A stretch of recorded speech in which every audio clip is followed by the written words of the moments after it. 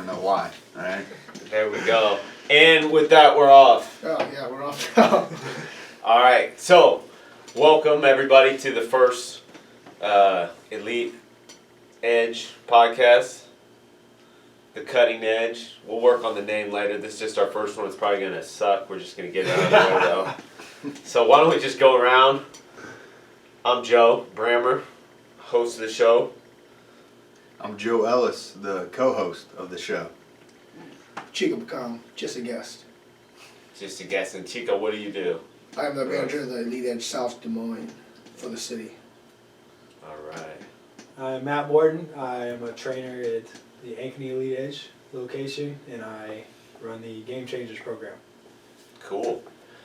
So, like we said, the point of this podcast is just to kind of an opportunity for us to give you guys more information and education and all that kind of stuff. So, with that, we did a survey last week, and one of the things that came up the most was nutrition. A lot of people had a lot of questions about nutrition, and so we're going to have that be the theme of today's podcast. So, yeah, I guess I'll get started. So, there's a ton of different diets out there, obviously. There's a ton of different information out there. So, how do you sort through it? How do you figure out what is valid information and what is not, and all that good stuff? So, what diets have you guys been on before? I mean, a little bit of everything. Currently, not much of a diet at all. But Okay. tried almost everything you can do. Intermittent fasting, vertical diet. You told us you were on that seafood diet earlier, right? Currently, that's what I'm doing, seafood. So it's pretty, it's basically like if you just see something and it looks good, you eat it. Do you have to log that in MyFitnessPal, or is that... It's more of like a mental list. You keep like a mental kind of record of what you're eating as you go. Try to make sure at least a couple of those are ice clean cream? or ice cream. Just depends on the output I had that day, Yeah, I mean... So, yeah. I mean, when I was actually, I'm going to expose myself, but when I was actually training harder under, Kyle and stuff for powerlifting, I tracked my nutrition a lot, more closely a lot. But honestly, it wasn't, I wouldn't say like, oh, I did this diet. He just kind of set it up to what I needed for training purposes, right? But I'm total guilty of whatever the hype diet. Oh, that sounds like that would probably work pretty well, and trying it at least. But maybe not trying it necessarily long enough. So. What about you, Chico? Yeah, I've been on all kinds of diets. Tried the keto one last year. It was a big thing about ketos, and who doesn't like steak and avocados every day. So did that. I did my macro-based diets. Those work really well. It depends on what I was training for. When I was trying to lift heavy, I knew my macros had to be higher. And the biggest part is the maintenance. In between the fads of diets we're always jumping on, and I always stay on something, then you kind of just lose it, turn into seafood diet in between, and then you gotta try to jump on something else. So big thing is, fighting was a lot bit different when I had more cardio and fighting than I was lifting weights, so it was a different kind of energy source. You needed more carbs in that one, and when I was on the keto diet, I lifted a little bit heavier, but the fats were good for my body type, and I think that's what worked well for me. Is depends on what you're eating, and your athletic abilities to keep going. Depends on what you want to train for. Yeah, so for me, other than a short-term calorie restriction, which I wouldn't necessarily call any certain type of diet, I have not ever been on a diet. I've moved some macronutrients around slightly in order to get a certain result based on what I was doing training-wise, competitively versus off-season. But other than that, it has been extremely consistent for me. As far as dieting, there has not been a diet ever in my life. There you go. So, for me, I've done all different types of things. I've done, when I first got into training, I was like 8th grade. I was like 185 pounds. And then by 9th grade, I was 135 pounds. and I didn't know. I had started to work out, and I didn't really know what I was doing, but I knew the only thing I knew was that weight was put on by calories, right? So from the spring of my 8th grade year to the time I became a freshman, I got down to like, I was 133 pounds is what I got down to, from like 185, 190. I had no idea what I was doing, but all I did, I would look at calories, and I ate Honey Bunches of Oats and Rice Krispies almost every single day. Rice Krispie treats, Honey Bunches of Oats. And all I did was count calories, and I lost like 60 pounds. I might have to try that one now. Honestly. I didn't know See what how I was that doing, works. but I would just like, I just started looking at calories. I didn't have any plan or anything. I just knew that. Yeah, That's calories all I in. knew. Right. Calories in versus And calories then out. after that, I got into really training, and I started training with these guys, and they got me on. In high school, I started taking all kinds of different supplements. Creatine. That's back when Cell-Tech was really big, and Cell-Tech, Nitro Oh, Tech, yeah. all that stuff. I was deep into Cell-Tech and Nitro Tech, I was big in the late 90s. and Hydroxycut. Taking shoot. Hydroxycut. Ephedrine, that was good. Yeah.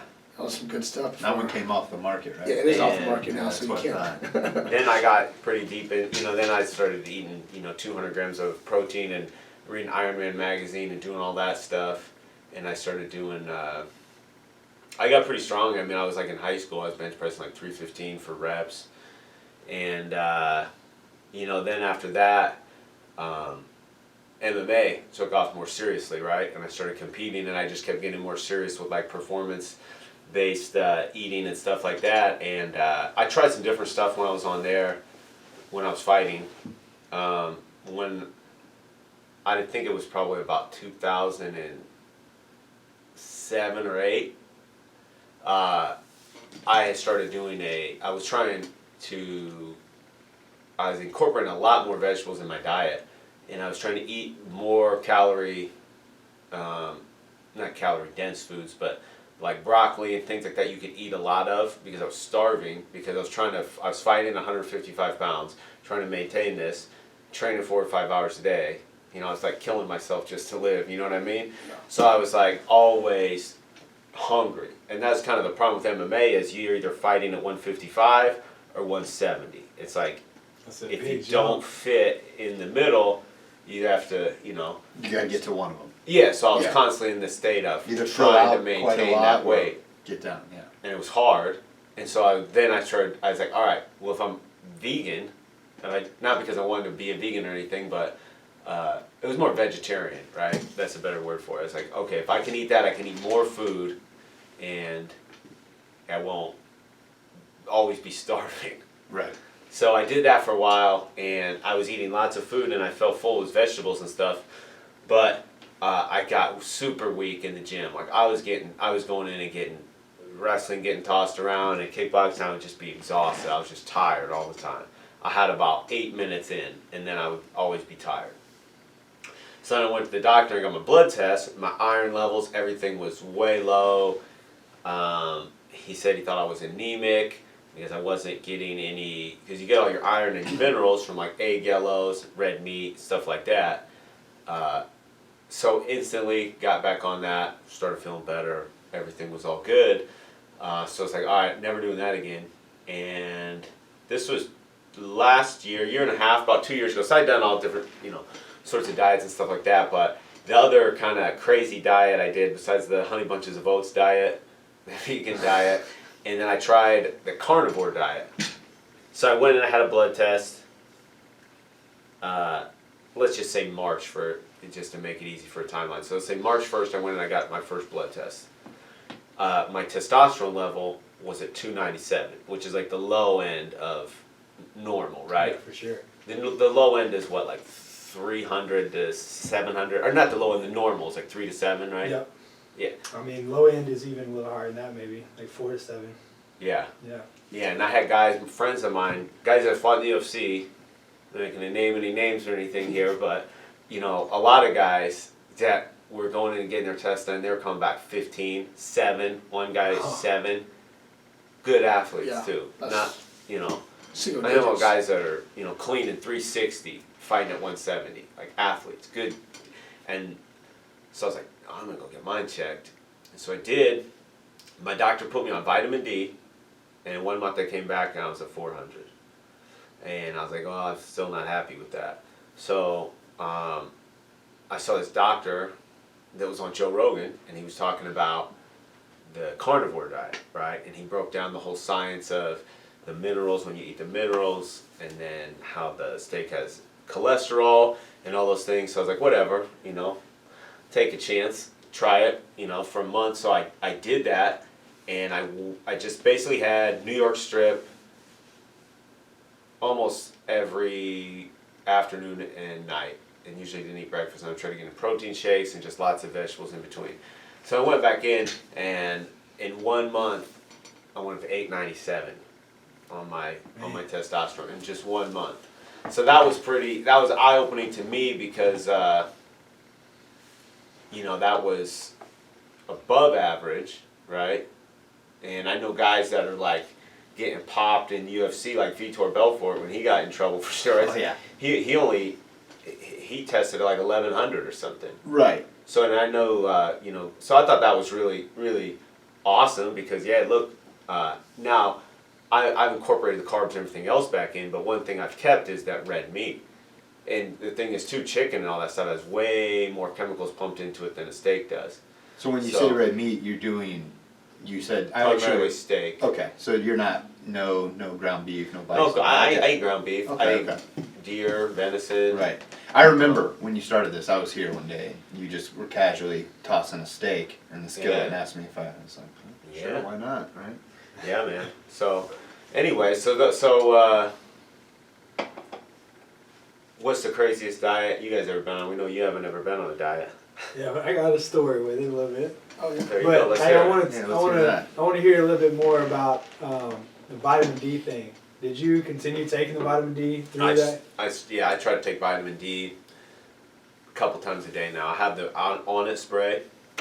I didn't continue with the prescription. I still have it, but I just continued on with the spray. But yeah, vitamin D is extremely important. Yeah, absolutely. Well, I'll go ahead and talk about my journey and why I've never been on a diet, and why I'm on this podcast without having been on a diet. So for me, I started off a boxer. I was kind of like a hybrid athlete. Football and boxing were my two priorities, I would say, around middle school, junior high age.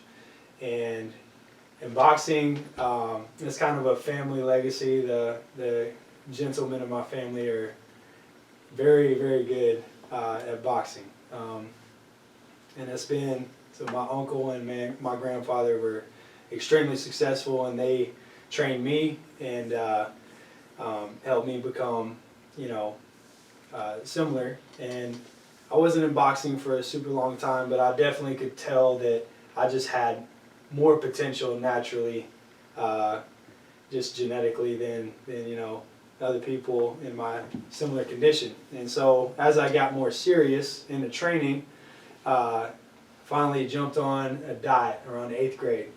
And when I say a diet, I mean calorie restriction. 1 solid meal a day is what I was doing. And it was pretty aggressive. So It's very aggressive. it was definitely temporary, and so I made that decision pretty early on, about a weekend. I will never do this again. So there's a difference in hungry, and all you can think about is your next meal. That's like I lived and all you can think about for your next meal. Yeah, and that is something years. that I never wanted to experience again. I just kind of drew the line in the sand and said, after this fight, I will never do this again. So I won the fight pretty handedly, and then I turned my gloves in, and I concentrated. Yeah, people understand it's like the weight cutting is a lot of times way more intense and harder than actually fighting. Yeah, man. That's the horrible part. The worst. Yeah, and for me, like winning that fight in junior high at that level, it just wasn't. It wasn't as important. Right. It wasn't important enough to put myself through that, and I couldn't think of anything that would be important enough to put myself through that. And so I made that that really thought out decision that I'm going to live a lifestyle where I don't ever have to do that again. And I concentrated on football, and I also just kind of made that decision at that point that I was going to live a physically active lifestyle for the rest of my life. I saw how, my family and especially my dad stayed in the gym and was very consistent regardless of not having any competitive aspirations, and just lived that life and made him feel good, look good. And I wanted to follow similar suit. So as I progressed into becoming a more strict football player, I kept all of my other sports, but they were in line with, my football aspirations. More so, boxing would be counteracting, of course, as a linebacker, So I was underweight. I was going to be underweight regardless, but I was definitely coming from a very underweight background. And so I was constantly pumping calories. And I didn't really understand through high school and college. I was constantly being pushed to eat as much as possible. And I ate as much as possible and responded to bad foods. How big did you get? Uh, How big old boy are you? I really prided myself my entire life on my conditioning. And I guess some of that from my boxing background and from my family, priding themselves in our conditioning and always being the most conditioned person on the field, in the room, kind of stuck with me. And that, that held back my weight for sure. But I only discovered after I started getting my master's degree really in nutrition how I was doing it completely wrong. I would eat the donuts, I would eat the ice cream, and then I would feel bad, and so that's why I stayed away from them, because I figured out I couldn't get as many total calories and total food in and perform as well if I ate those types of things. It wasn't like I was trying to stay lean, it was just I didn't perform well on those foods. Yeah, absolutely. So I just cut them out. But then I figured out by eating, like I was pounding the McDonald's, When you were trying to gain weight? Yeah, when I was trying to gain weight. And I was eating, like protein shakes at night full of ice cream, and it was pretty wild, man. But I was getting a lot of calories in. And two things I really figured out that I was doing wrong. So you asked the question, how heavy did I get? Heaviest I got was about 205, 210, which is what I'm sitting at now. And I'm only this lean because I intentionally want to be in order to stay competitive in CrossFit. So I can easily jump up to 220, 225, not just because of my age, but because I understand how to properly do it. So in college, something else that I haven't disclosed yet is the different steps I took in college. So I started taking creatine, I jumped my weight up. That's how I got from about 195 to 205. So you were trying to put on weight in high school or college or both? Both, the whole time. As soon as I put down the gloves, it was a weight gain for the rest of my life process. Huh? Yeah. Did you take Celtec? Man, I can't remember what type of creatine I took. It was just pretty much creatine. I always took protein, different brands. I would get fed up and tired of one brand and just move to the next. But yeah, I just took some kind of creatine phosphate, I believe is the first creatine that I took, and then I moved to monohydrate slightly after that, especially after I became more researched in it. But my strength coach was always on me, man, at Iowa State. Like, he would look at my weight. And who was the strength coach up there? Yancey McKnight. Oh, okay. Was a strength coach at the time with Paul Rhodes. And I would step on the scale at the beginning of every workout after just going and pounding a Chinese buffet or whatever I did to weigh as much as possible, And, he was always frustrated that I couldn't gain weight. He was always thinking that I wasn't eating enough or skipping meals or something, which is the polar opposite. So we know now that if you eat too often, your metabolism gets jacked up so much that it's impossible to, one, eat enough, and two, gain weight in spite of that metabolism. So my nutrient timing changed after a while, and he also had another conversation with me shortly after, and he was like, look, man, I understand you're probably eating a good bit, but something that a surefire way that you can gain weight is start drinking alcohol. Because he had figured out that I don't I drink. thought he was going to give me a needle. No, he's a good dude. I wouldn't have called his name out. Just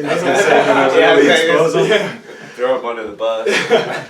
No, he said, man, if you start drinking, you'll put the pounds on. And that's just not something I wanted to do, just because Right, yeah, that doesn't work for me. That's just not going to work for my lifestyle. Again, one of those decisions that I made that I wanted to stay away from at a young age. And so I stayed away from alcohol.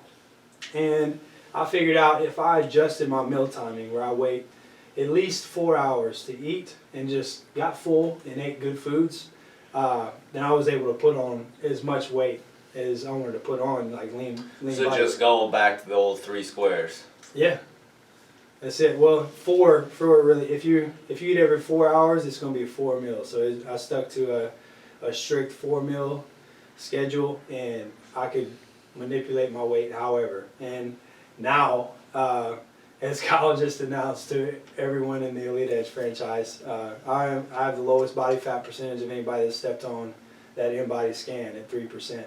Wow. Whoa, So watch out, Hauser. Yeah, Hauser had to take the rest of the day off. oh yeah. He's pretty upset. I pretty think upset with so, that one. yeah. Sorry, Eric Hauser out there. We need to send him a grief counselor. Yeah, I told him just go ahead and take the rest of the day off. Because actually, I hate to, and I'm no one You know, to maybe talk. we may need to do a welfare check. Well, but he's actually, and I hate to point it out, but he's actually, according to Keo, would be bronze medal. Because Justin actually was coming in at the Oh shoot. second lowest. Oh. So, Stepping up. Watch out. Watch out. I mean, that's unfounded. I didn't see the numbers, but I don't think Justin would lie. I don't think Justin's capable. That's my story. That's good. So that's cool, man. So you saying just basically,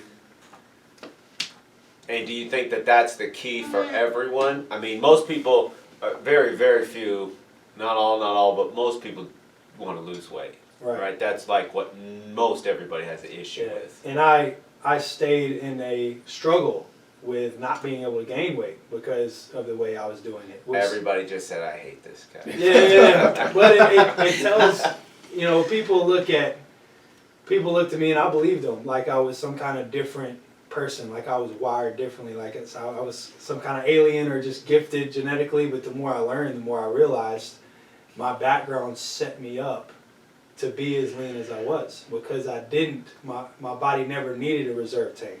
Mm-hmm. I never allowed myself to get hungry again, like I was talking about feeling before.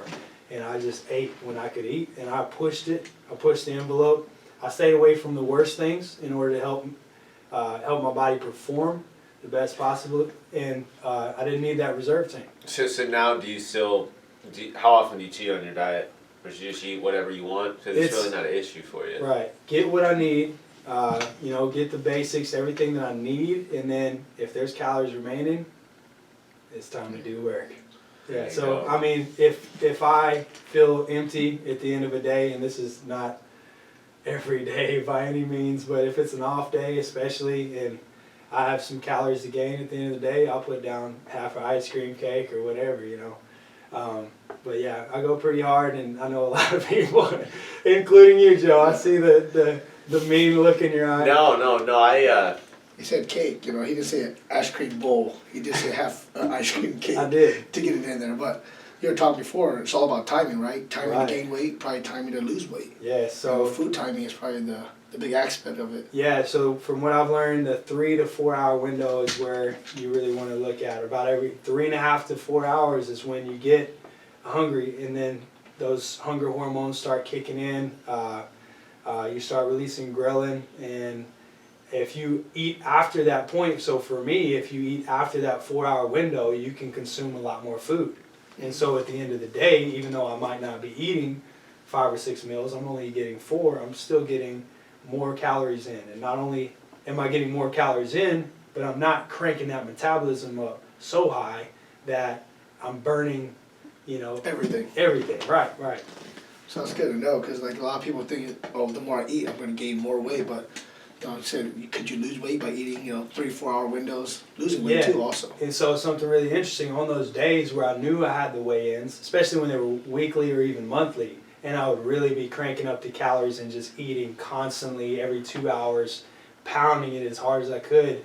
I would get up to an ideal weight or my best weight that I could, and then the next day after that weigh-in, without intentionally trying, I would eat normal. I would be at my very lightest. Wow. Yeah, I remember back when I was training super hard when I remember one day, I was 3 weeks out from a fight. It was at UFC, I don't remember what it was. But it was like 3 weeks out from a fight, and I was like, we're training all the time. And it's Sunday, and me and Miles Jury went, and we got a box of ice cream bars, and we each got a Little Caesars pizza, and we went back and smashed it, and I had cheated, and I did the next day I weighed in, and I was 2 pounds lighter than I was the day before. Yeah, it's a crazy thing that works And out that way. Yeah, it's, but people, I think a lot of it, people get too, it's like, I always say, it's like Ozzy said, killing yourself to live, like the song, right? That's what a lot of people turn a diet into, right? Because it's not really, a diet is just a word, right? It's just a made-up word that people throw around. All it means is what are you eating, right? Yes. But I think people turn it into, and people get like religious about it, like self-righteous about it. I'm vegan, or I'm this, or I do, you know what I mean? At the end of the day, it's just food. And it's just macronutrients. That's all it is, right? Yep. And you can do it however you want, but people I think they beat themselves up a lot over making it too hard, too complicated. That's what I think anyway. Yeah, a lot of people quit. You make it too difficult. That's the biggest. It's like it's too much work. But it's like if you keep it simple, macronutrients, your proteins, your carbs, your fats. If you didn't know, it just adds up to the calorie in, calorie out. Yeah. I didn't learn that for a long time. Growing up as first generation, immigrant here, we ate rice every day. There's every meal I had a hamburger and rice. So I was like a carb machine when I was, growing up. And then fighting was I eat the waffles and peanut butter on top of waffles before a workout and afterwards. And then, I still make the weight, but losing 40 pounds in 6 weeks was never ideal for our fight times. Yeah. That was So 6 week camp, I got 40 pounds and dropped down to 185. Well, you had to. I passed out one time. Yeah. Hadn't waited for my Chico was with me. My front teeth are fake now. We got. That was a crazy story. I passed out in the steam room, and I knocked my teeth out, and he had to drag me out, and we're laying there. This is a funny story. So So anyways, they drag me out. I wake up and there's all these people staring over me, and I'm like blood, and I'm like, where are my teeth at? And so there was one guy was a doctor or something. Yeah, he was in the swim room. He was like swimming in there. Yeah, and he's like, this guy needs some sugar. This guy needs some sugar. And he's like, his blood sugar's low. And he says to Chico, he's like, hey, can you go get some sugar or something? Chico said, okay. He runs up to the front area and comes back. We're laying there. I'm still on the floor, like trying to figure out what's going on. Not funny that he fell, but funny when. And he's like, all right, give me the sugar. And Chico hands it to him. The guy goes, this is Splenda. And I'm laying there like having a seizure or whatever.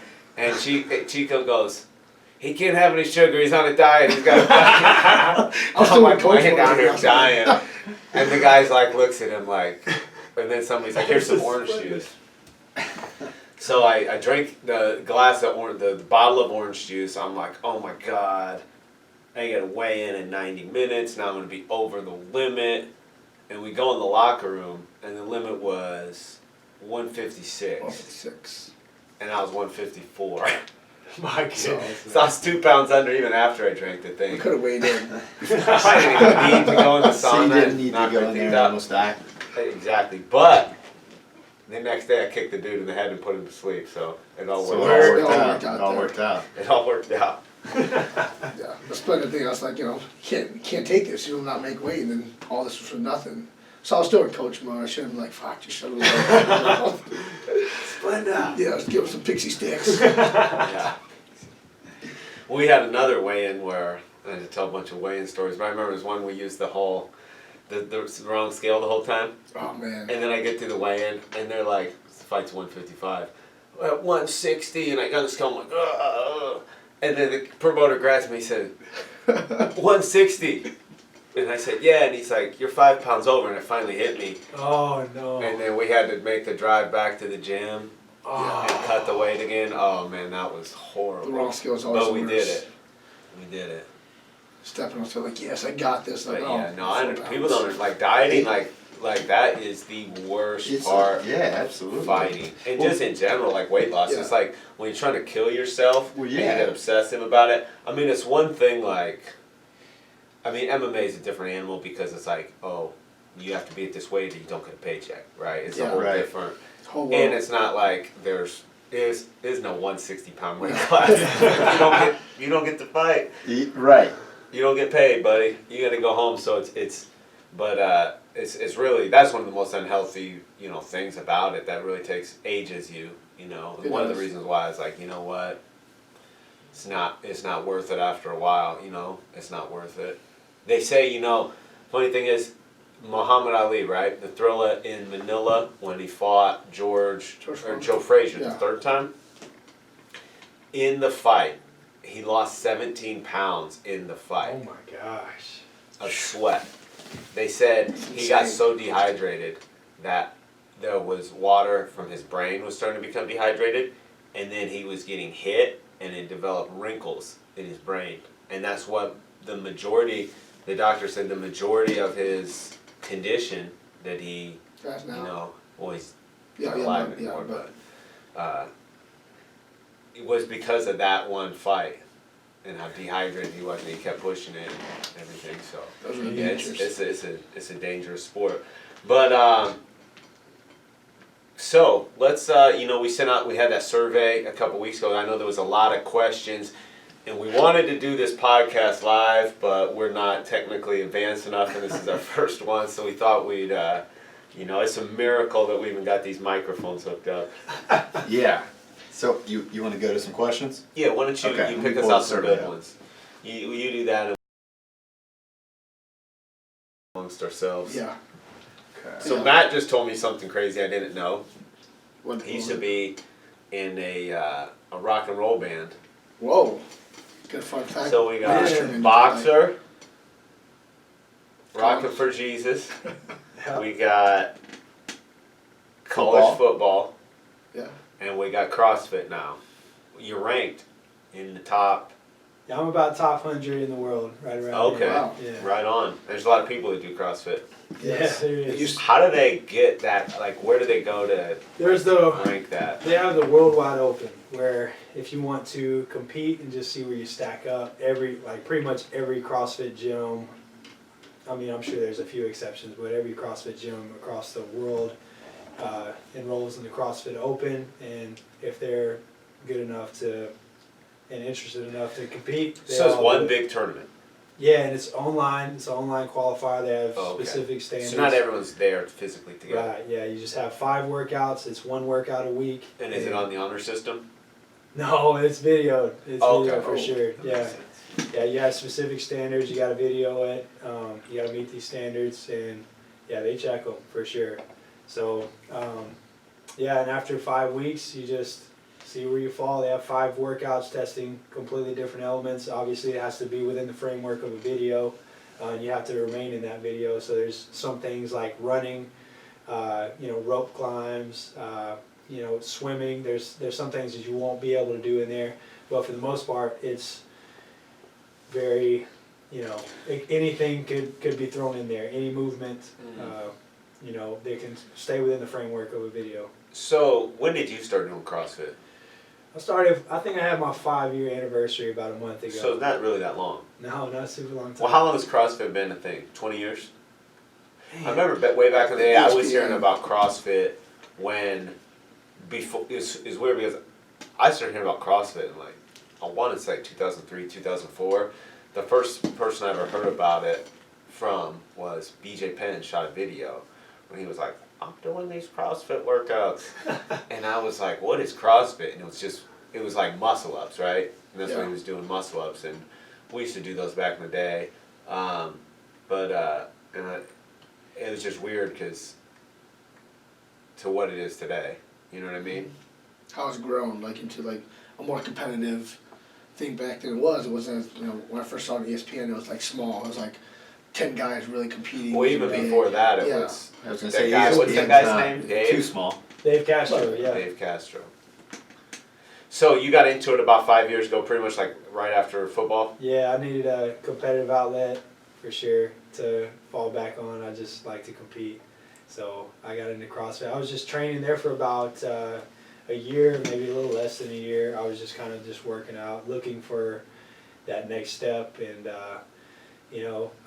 trying to figure out what I was going to do. And my friend, Sean Burns, I moved back home to Texas from Iowa State, and he was coming and working out with me, and he was getting into CrossFit, and he was like, the Open was currently going on at that time, and the first Open workout had been released. It was some double unders with a jump rope and snatches, just snatching some lightweight over your head, as many rounds as possible in like 7 minutes or something like that. And I was like, well, this is doable. I mean, I'm not super proficient at double unders, but I'm an athlete, I can handle it.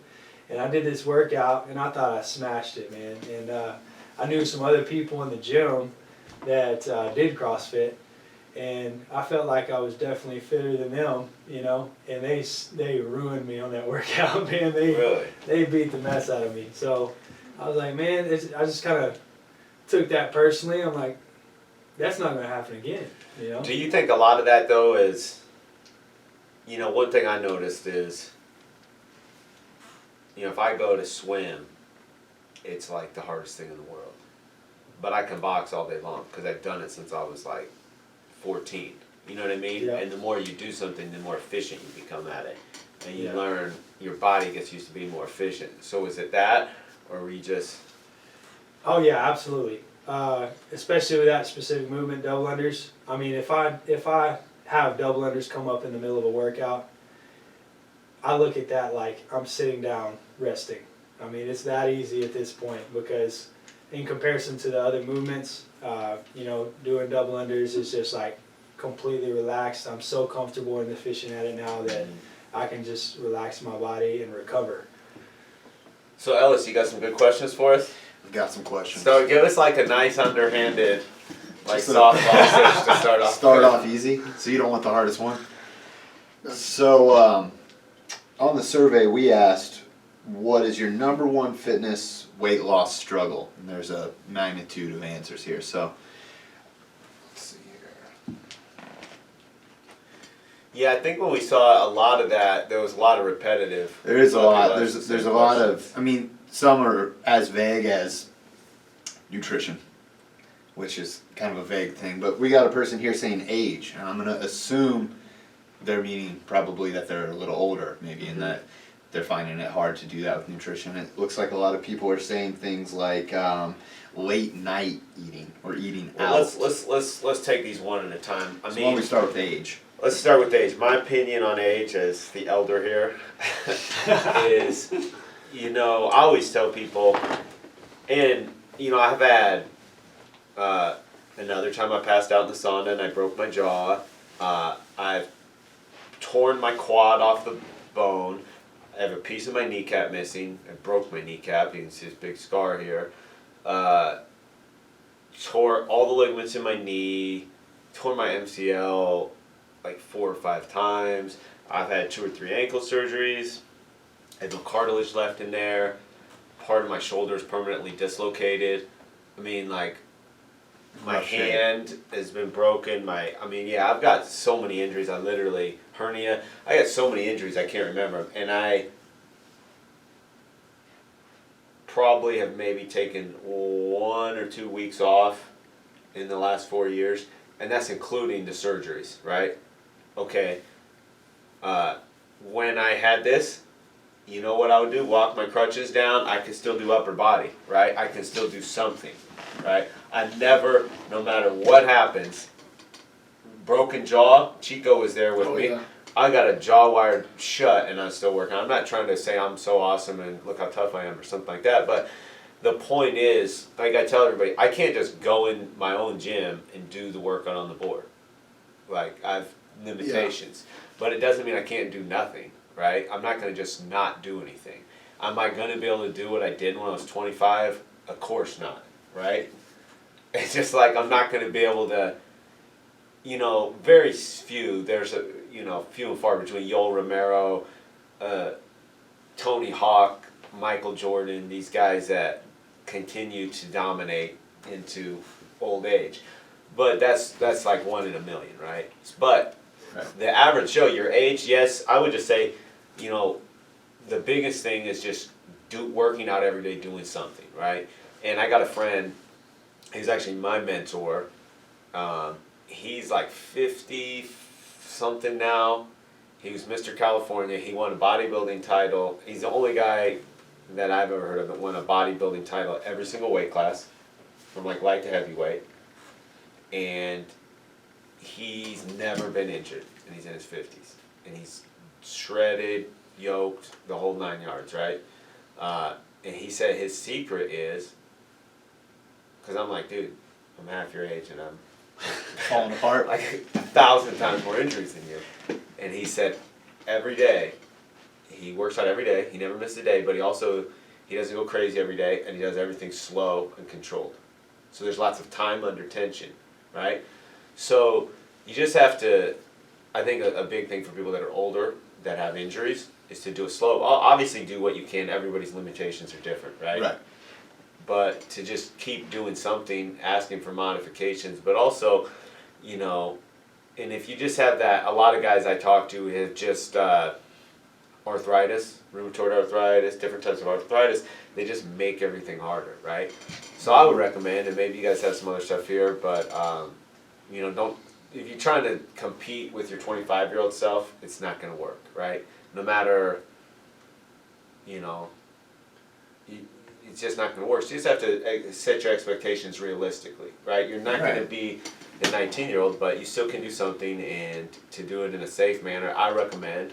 It's just, slowing things down if you have bad joints or arthritis or something like that. Doing it slow and under control, and if anything's really painful, just don't do it, Because like me, because I'm dumb, I had a broken ankle for almost 2.5, 3 years that I walked around on. And I finally went to the doctor, and he's like, yeah, dummy, you've got a broken ankle. You should have got it fixed like 3 years ago. But the fact that I didn't is why my ankle is so bad right now. Right. Yeah. Because I tried to just be tough and get through it. Right. Yeah, the things I've noticed is, I'm only 30, but I'm old enough to understand how the body feels as it, starts to age, begin that process. And the things I've noticed as, I've trained several different types of clients and been in several different types of environments, is the older you get, the smarter you have to be with the risks that you take. So, when you're young, honestly, you could blow an ACL and come back and it's not that big of a deal. Yeah. But when you get into high school, college, now it is. When you get into middle age, like we're talking about that arthritis flaring up, if you feel irritation, now there's some genetic situations, of course, that people can't help. But if you feel irritation and you continue to push through that irritation, it's going to turn into something like that. And then when you get even older than that, on into your later years, let's talk about, before I skip to that, let's talk about Tony Hawk, Michael Jordan. When they're at their later point of their career, it's don't have an injury. Because if they have any injury, basically, they're done at that point. And adaptation, you were talking about older guys dominating. Muhammad Ali, greatest of all time, the only guy to be the world champion in the 60s, 70s, and 80s. But if you look at his style, the way he boxed in the 60s and the way he boxed in the 70s, completely different. So it's like everybody has to modify. Yeah. And then even as you progress into your later years, the big concern is falling. Because if you fall, you're going to break your hip. Number 1 cause of death. Number 1 cause of death, right? So, isn't that crazy? Yeah. No, people are pushing it. As a skateboarder, I will say Tony Hawk recently put out, there's this website, the Barracks, but he put out a full part at 51, a street part, which is, nobody on this probably cares about Tony Hawk's career, but he was guys, for those of you that aren't skateboarders, a part is like a segment. A part would be like a 3-minute video of an assortment of tricks. But a highlight. A highlight reel, if you will. But in it, he said he really wanted to do it now before he felt like he couldn't do it anymore. And he said, I really feel like I still got some filming in me. And I really want to push it and do things I haven't done. I mean, he's done a lot of crazy things, right? First man to do a 900, you know, numerous competitions. Yeah. And he's, you know, I'm 51. I want to do this before it's not possible anymore. And it's a good part. You should go watch it if you're interested in that sort of thing. But Yeah. Amazing. I'll check that out. it's pretty good. Yeah, no, I mean, Tony Hawk's, even if you're not into skateboarding, you have to recognize somebody that's really great at something, that's doing some stuff no one else has ever done. Absolutely. With, So you got it. with There's everything. definitely- Video games, you know. I also want tremendous guy. to throw one more tidbit in there before we move on to a different topic, and that's looking at the other side of it and what an older person looks like that's been doing it right and avoiding. Right. Yeah, I was going to actually ask Well, you. there's something so about many that. examples of people that are Yeah, like, I'm going to throw one out yeah. within the Elite Edge program There you actually, go. because I know the ins and outs of her very detailed because she's in my Game Changers program now, and that's Gina Flowers. I can't remember how old she is, 69. it's probably best, you know, if you don't. Yeah, something like people need to know. So But no, she's that's up there. impressive. I mean, to me, like, She's extremely fit, when you yeah. see people like that, it's something to be very proud of. So go Gina. Yeah. Yeah. Hey, look her up, Gina Flowers, so you can see what I'm talking about. But what I've noticed is, first and foremost, she is not doing things perfectly, right? Especially nutritionally. But what she has been is very consistent. And in the gym, she understands exactly the process that we talked about. If she feels something that is, you know, not correlating with her body feeling healthy and living up to expectations and the health she wants the next day, she shuts it down and she modifies her intensity or the exercise, Yeah. whatever she needs to do, and she's been living that That's mentality. the key, man. I think that is just consistency. It's for everything in life, but especially the gym that's huge. And noticing, you know, I hate it when people say, "Oh, I did this, I can't train." What are you talking about? Like, there's something Right, you can there's do. something you could do. You tore your shoulder out, you can do body weight squats. You can do body weight lunges. There's Right. always something. But that's awesome because, you know, I didn't know Gina was that age, and she looks tremendous, and she's in there every single day, and you know, that's awesome. And there's another guy, Ev Applegate, who's been a member for Oh, yeah, like Joaquin. 8 or 9 years. Right. I don't want to name any, but he's like, Nice. I mean, he's got to be Nah, close to he's- 90. He roller skates there every He's in his day. when I started, he was in his 80s, I think. Yeah, I mean, he's up there, and he roller skates there every day, and he comes in, and Exactly, but I know you know, he's people- not jumping up and down No, like but- everybody, but he's doing what he can. He's consistent, and I mean, I know I people. mean that's definitely already probably extended his life, Absolutely. and will continue to. One, I mean, you're moving around in general. I mean, I'll bring up my own I mean, my mom, she worked at a desk her whole life. This summer, she retired, and she's been babysitting my daughters. So she has changed nothing about her diet. Nothing. She just doesn't sit at a desk all day. She takes them to the pool, to the zoo, to this, that, and the other. She's lost around 30 pounds, and her knee problems, her hip, it's gone because she moves around finally. And even when she taught, she doesn't get sick as much. She's just happier in general. And she changed nothing. Just all she did was, instead of waking up and sitting at a desk all day, and then coming home and sitting more, and then going to bed, she moves around all day. And it's pretty, she said, she's like, I think this really, like, saved my life almost. I'm like, I agree. Well, you know, they say it's something crazy. I'm going to get it wrong, and somebody's going to say, hey, you know, Someone's so coming this for you. statistic's wrong, but it's something like within like 5 or 10 years after retiring, the rate of death is like insane, like 70-80% I something. can see that, yeah. And it doesn't. The interesting thing is that's regardless of if you retire at 40, 50, 60, 70, 80. Wow. Right. Because what They become people- inactive. well, they have no more purpose to their life. They stop doing stuff, and I mean, there's probably a lot of factors like idle hands of the devil's work. I don't have to go to work today. I don't know, but I think it's really interesting that when people stop doing stuff. But that's good for her because she's retired. Yeah, and retired. Now she's being more active, Absolutely, yeah. I mean, and she has a purpose with the girls Right. and everything. Absolutely. And I think it starts early on. I mean, with, you know, the habits that you like you guys are both saying, you guys both started caring about working out way before I did. But the thing is, man, like, you know, if he said he's never been on a diet, I don't, like, if I do a diet, right? Right. I'm doing it to test something or prove a point or try it out, like, for the clients, Right. right? Because I'm Right. not going to just go and say, hey, everybody, and I'm not saying it now, you know, I'm just saying that's something I did, eat steak only for a month and vegetables. But, you know, I think it's important to test things out and see. But anyways, yeah, so let's get on to the next Yeah. question. Let's see here. So go through with that. Age is really nothing that should hold you back. You know, like Right. all your answers were, you know, younger or older, keep on working out or do what you can do. Consistency. And Yeah. like I said, age for Consistency is nutrition. huge. Because you take that time off, I mean, we've all been there, like, you take a little bit of time off playing an instrument, you come back and it's not the same. Yeah, right. And I'll add one more little bit of science for you on top of the age thing. So people say when they come back at a later age, it's harder to get results. So the science behind that is at the age of 27, your muscular potential is climaxed. And after the age of 27, it goes downhill, which means your level of intensity drops to a certain degree.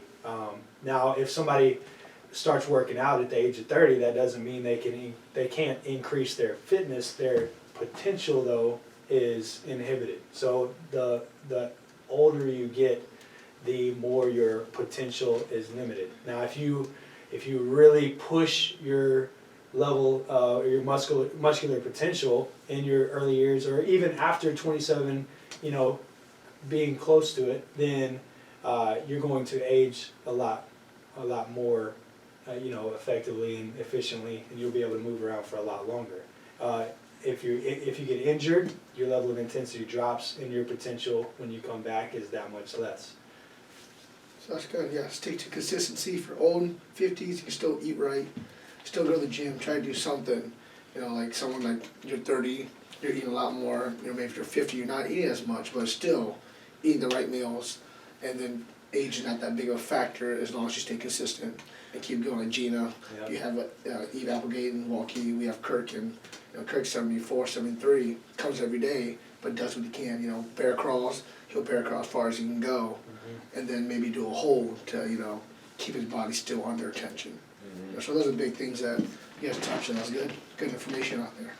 All right. Yeah, here, and I think, Matt, you'll probably have some insight on this one. So one that seems pretty common is once I've lost the weight, maintaining that weight, and then continuing to see results, kind of like long-term knowledge on how to maintain that. That's a great question. So, in your ability to maintain that weight loss, it comes down to how you lost the weight in the first place. Now, you can make a switch. Go ahead. For the sake of argument, I'm not sure this is this, but everybody knows we're real known for the 6-week challenge. So let's say for the sake of this, maybe, because I know this would be a huge help, and Chico's Yes. nodding yes. So let's say they've gone through the 6-week challenge, they've lost their 20 pounds. How do we not come back to yo-yo up 30? And now because it's like, and you see it, motivation changes, they leave altogether, they do something. The biggest thing I know I've experienced is when I'd say I'm going to do it on my own, and I'm going to go just, I'll do it. I know what to do, and I do know what to do. When I was pursuing powerlifting, I sought out the best coaches that you could find, right? Brian Carroll, Sam Bird. I mean, we're talking world record holding, you know, world record breaking, great powerlifters. And it's not just a plug for him. The best coach I ever had was Kyle Keogh, as far as my personal success. But so let's assume they've done that. What would your recommendation, I guess, to them be as far as that? Because that's a question that as long as I've been at elite, or as long as I've worked in fitness, that's like the $1 million question, Yeah, right? for sure. Absolutely a great thing to bring up, and definitely something that everybody that I've met and personally spoken to in the program, both in the boot camp and in that class at Ankeny that I coach, the elite performance class, that is definitely pressing and everybody wants to know the answer to. And that is just like the current keto challenge going on. Right. When the 6-week challengers or anybody that is going through a diet and loses weight at a pretty high rate, especially incorporating fitness. When they get to that end where it's after 6 weeks or ideally 6 weeks, because that's an aggressive diet and you're going to see really nice results off of that diet, but after a while your body is going to start responding to that extremely severe, or severe is not the right word, Restricted. restricted diet in comparison to your basal metabolic rate, your metabolism. So let's say your basal or your metabolism is sitting at 2,000 calories, you're on a 1,000 calorie diet. Your body is not going to like that long term. So are you going to lose weight quickly? Yes. And is that something that you should do if you have a lot of weight to lose? Absolutely. But you need to understand after that approximate 6-week mark, when you're starting to shift from a beginner into a more performance minded or performance, your performance is increasing, then you need to shift the way your diet and your understanding of your importance in the gym for your future results as well. If you do not start eating a little bit more calories, as your metabolism increases as you're in the gym, it will increase on its own. If you don't match that level of increase in your metabolism with at least that same rise in your calories, your total calories that you're consuming, then you're going to start seeing some fight back from your metabolism. It's going to start dropping. You're going to really lose energy. I think I've already said this. Your metabolism is going to start dropping, and you're going to start storing fat, even though you're in that significant deficit. So you need to start consuming not only just more calories, but a slightly higher percentage of carbohydrates in order to fuel your body and to fuel your energy, and start that shift toward a performance-based mentality. I think the problem for a lot of people is, number one, if they've never had success with weight loss before and they do something that finally works, it's so hard for them to try something else. Yes. And it's kind of counterintuitive too, like, even to people that know, it's like you still like feel guilty, and because they have this relationship with food that scares them, because they're so scared like to go back the way they were. You know what I mean? Yes. And it's so hard to tell people, okay, you actually have to eat more. Yeah, you're You fit know, now. It's even funny, like, I heard a bodybuilders talking about it. They'll deliberately, like, eat potatoes because that actually makes your physique look bigger. It fills you out, it retains water in your muscles or whatever. I'm not real sure on how all that works, but it's just all like... the timing of it, yeah. Yeah, but yeah, it's like really counterintuitive to people, and that scares them. It's like it's a lot like in business, say you got to spend money to make money, right? And no, it's like scary because they're like spending their money, spending their calories on this stuff, right? Yeah. And they're afraid they're not gonna get it back. Good return. Does that make sense? You look at the way I eat, and I mean, without understanding my background and performance and what I'm doing currently, that is like, the outline for getting as huge as possible, gaining as much fat as possible. So, people that come from that. So you're saying a big portion of that is because your output is so high. Right, absolutely. And my metabolism requires it. So not unhealthy food, but an extremely high amount of calories. Mm-hmm. And so without my fitness and my output day to day, but especially my just metabolism and how high it is, that I need that. I need those calories. And going from somebody that's overweight, eating similar to that, going through the 6-week challenge or some very restrictive diet and seeing success on that, and then trying to go back to a similar diet and to support their level of fitness after they get off of that is very mentally challenging. Oh, absolutely, absolutely. Yeah, I mean, that's the thing is, I don't know where along the line people got confused. Like, now everybody is exactly the same, right? Different. Everybody's different. But now some women, you come in and you'll have I mean, just to show you. So my wife, Abby, she did the in-body thing, right? Hers came back, her basal metabolic rate was like 2,500. And she's 135 pounds, right? My friend Brad, who's like a jiu-jitsu black belt, and he's a badass and all this stuff, and he's like 220, and he did his, and it was 1,400. You know what That's I mean? crazy. So it's just crazy the different, just where it can be. So that's why it's so important to really, to obviously get the in-body and figure out where you're actually at and manage that. But, you know, you might think, because there are those outliers like that where you're like, Yeah. dude, you're 220, you train every day. Like, how are you, what have you done to your metabolism? But he for like 20 years didn't, you know, he never lifted weights, he never, and his, whatever he had done, I don't know, but for whatever reason, like his metabolism is just super slow right now, and it is like a struggle to lift weights. Then our other friend, Kevin Burns, who used to fight in the UFC, and he's a freak, man. Yeah. I mean, this guy is a freak, okay? At Truly. Greg Jackson MMA, where George St. Pierre's, John Jones, all these guys, they have this conditioning circuit. And Kevin and George St. Pierre's are tied for the all-time high score. It's like a course. Like, you do all this stuff, you drag a tire, do all this stuff. So that's, and this guy can eat anything he wants. He eats 6,000 calories a day. That's like his daily intake. Yeah. He's about 190. He's ripped to the gills. But it's like, if Brad tried to do that, It won't work. and if Kevin tried to do Brad's diet, where he's doing, and not, you know, this is a whole other story about how to change that.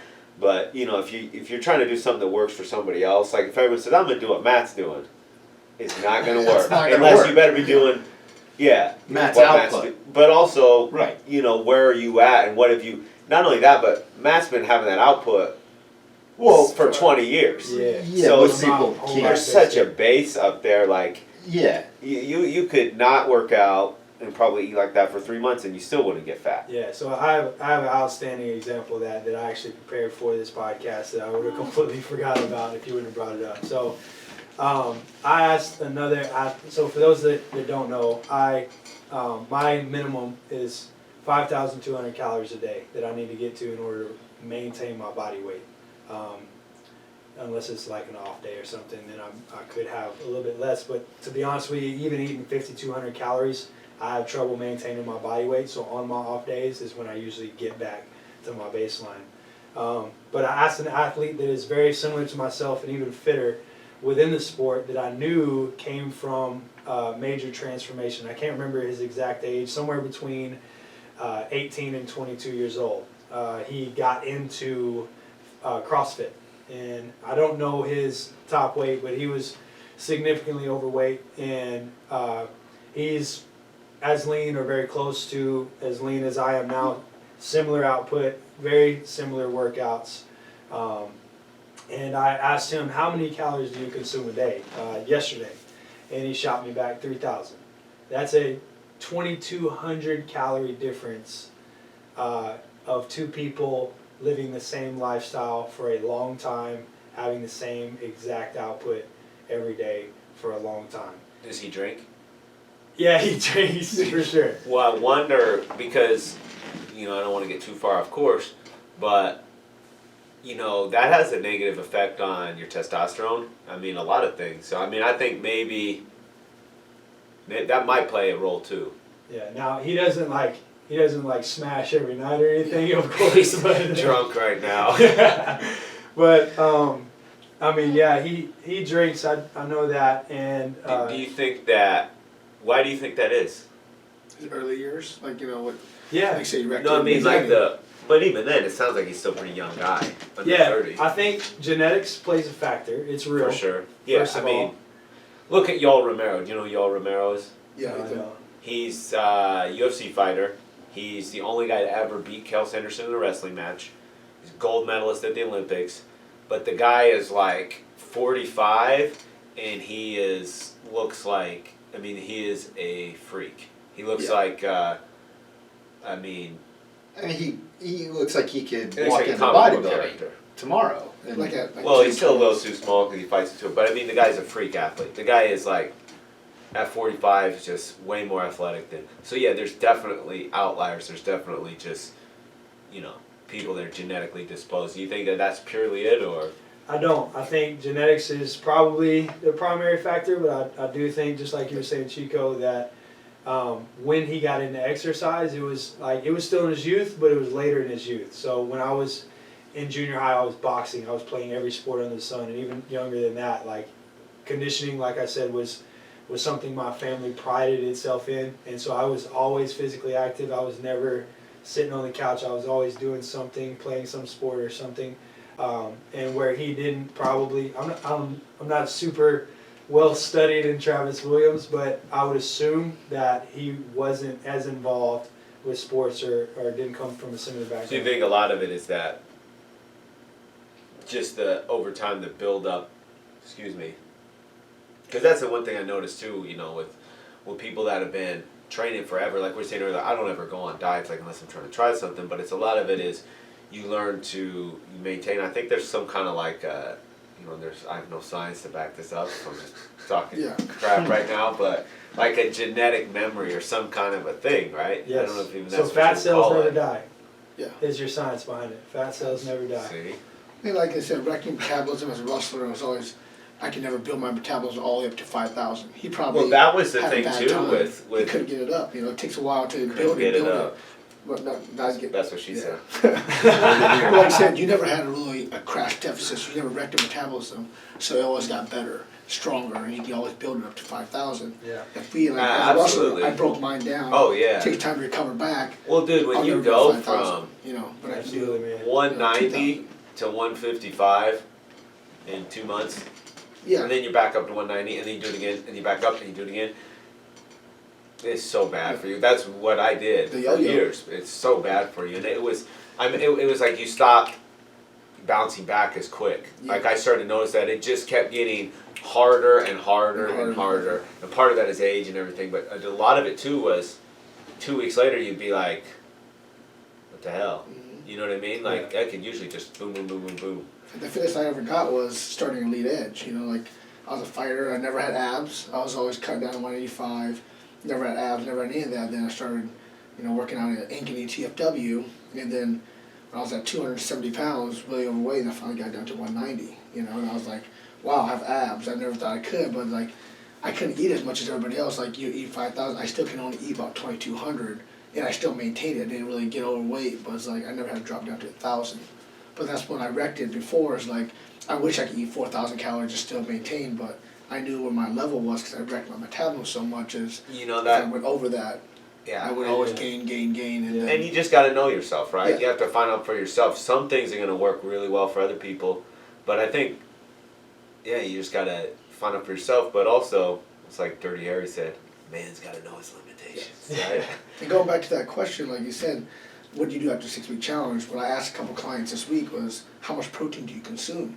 And the big thing was on the 6-week challenge, you're doing 3 shakes a day. You're doing 3 meals a day. Right. And then what Exactly. changed? Why'd you drop from 160 grams of protein? You losing built that 10 habit, pounds, and it worked, and then you stopped. and then you go to eating 70 grams because you think if you eat more, but you're eating You 6 really times just a need to day. add more carbs in afterwards, Yeah, basically. that's pretty much stick to your same timeline. You said the same timeline for eating. Stick to your same meals, but you're adding carbs in now because you already got 160 grams of protein. But instead, people, not all, but a lot of people, yeah, a lot of people, will majority. just throw the whole thing out. They either keep trying to do it. Yeah. Not everybody, but some people, a mistake they make is after the 6-week challenge, they're so scared. It's the first thing that's worked. Yeah. I'm just going to keep doing it, right? And then that's bad because then you really do. And have then they to get step burnt out, back in. and then they're pulling their hair out, and they're like, "This isn't maintainable," and we're like, Yeah, you're going "Nobody for- said it was. No. It's not supposed to." be." Going from one Um, spectrum to the other end is like the biggest drop. Or the No other steps, thing no is people stairs. will just go, "All right, I made it. See ya. Back to my old ways," right? Right. And that's even worse, probably. And I'm guilty of that also. When I did a 6-week challenge, I gained a little bit more weight, but there's like the number one goal is like last year I got better. Well, it's about a habit and finding a balance, right? Yep, find that balance. Joel, adding the foods in. You know. that's right. What's next for us, Chief? What's the next question? Yeah, so, and I hear this one come up a lot. A lot of clients, they're professionals. They have to entertain, if you will, lunches, dinners, things like this. And then to add to that, they're busy. So they're not really feeling like they have the time to meal prep. And I know there's a lot of services out there that do it. Some do it better than others, sure. But they're saying, I have to do this. It's my job. So obviously we know the simple answer is make better choices at the restaurant, right? Or don't go out for cocktails or whatever. But a lot of people say that. And then the counter to that, an equal amount of people say, well, eating clean it's expensive. I can't do it. And I personally, I know I hear those things a lot. Either I have to entertain for, It's really not, though. I mean, well, of course you can not, get a New but York strip But I think and broccoli and a elaborating on potato that for them. for under $10, and that's like what it costs to eat at McDonald's. Yeah. Correct. But I think more than the money, probably the question is eating out. Well, I think it's convenience factor, right? Yes. I think that they want it. They're like, maybe start with the best. I know I'm guilty I of this. get it. Start with the best I of get super intentions, busy with and everything you I get got busy, going on. Where and then you're like, you know what? I'm so hungry. I've forgotten. Now I'm so hungry.